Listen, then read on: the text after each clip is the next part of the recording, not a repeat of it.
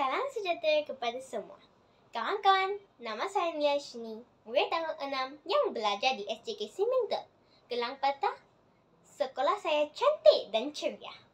Pada hari mulia yang ini, saya ingin mengulas tentang sebuah buku yang bertajuk Putera Kata yang ditulis oleh Harpeth Kaur. Buku cerita ini mengandungi 16 muka surat dan diterbit oleh Educate Publication. Cetakan semula pada tahun 2016. Buku ini merupakan salah satu buku dalam siri dongeng kanak-kanak. Buku ini juga diterjemah daripada bahasa Inggeris ke bahasa Melayu oleh Nur Syafiqah Yusof dan diedit oleh Zulzila binti Du Zulkifli. Buku ini menceritakan seorang putera yang disumpah oleh seorang ahli sihir dan telah menjadi seekor kata yang hodoh. Kerana putera itu ialah seorang yang kurang ajar dan tidak menghormati orang tua. Pada suatu hari, kata itu berjumpa dengan seorang puteri yang menangis. Rupa-rupanya, bola emas puteri telah jatuh ke dalam sebuah perigi. Kata itu menolong puteri syarat bahawa puteri mesti berjanji dengan kata untuk membawa kata ke istana puteri. Selepas kata menolong puteri mengambil bola emas itu, puteri itu terus mengambil bola emas dan berlari ke istananya. Puteri itu lupakan janji dengan kata. Keesokan harinya, kata itu datang ke istana puteri. Perkara ini telah diketahui oleh raja. Kata ingin berjumpa dengan raja. Kata menerangkan apa yang berlaku di perigi semalam kepada raja. Selain itu, kata juga menceritakan sumpahan yang terkena padanya kepada puteri.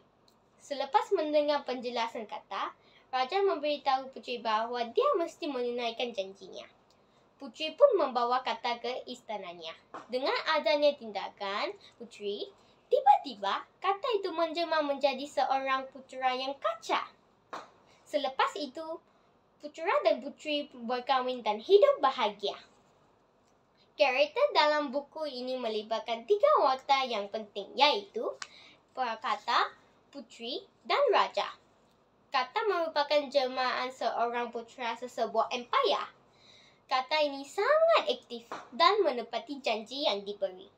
Selain itu, kata ini sangat bijak dan mengambil kesempatan untuk mematahkan sumpah yang terkena padanya.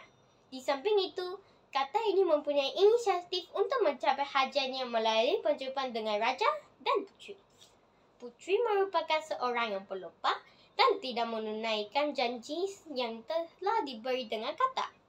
Puteri juga dikatakan seorang yang tidak menggenang budi pada permulaan cerita. Tetapi, akhirnya, puteri berubah sikap setelah dinasihati oleh ayahandanya. Puteri hidup bahagia selepas menunaikan janjinya dengan kata. Raja merupakan seorang penjajah yang adil dan penyayang. Baginda mendidik puteri dengan ajaran betul. Raja seorang ayah yang bertanggungjawab dan amanah. Baginda memberitahu puteri supaya menunaikan janjinya setelah janji dibuat. Gaya bahasa buku ini sederhana dan mudah difahami. Selain itu, terdapat ilustrasi yang menarik.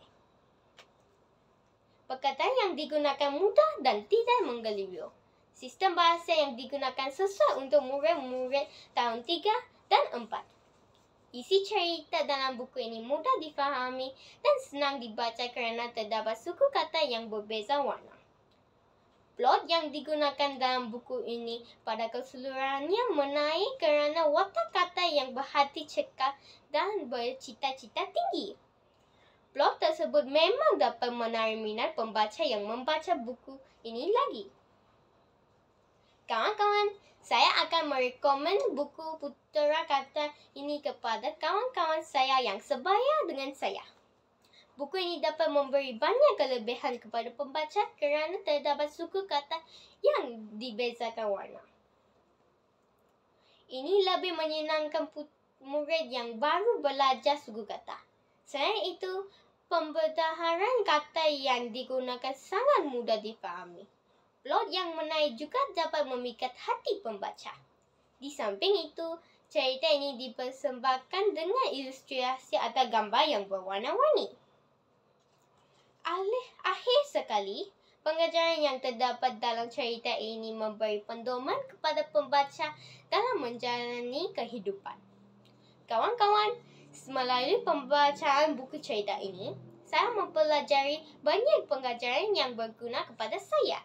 Sebagai contoh, kita harus menggotakkan janji kita selagi janji telah dibuat.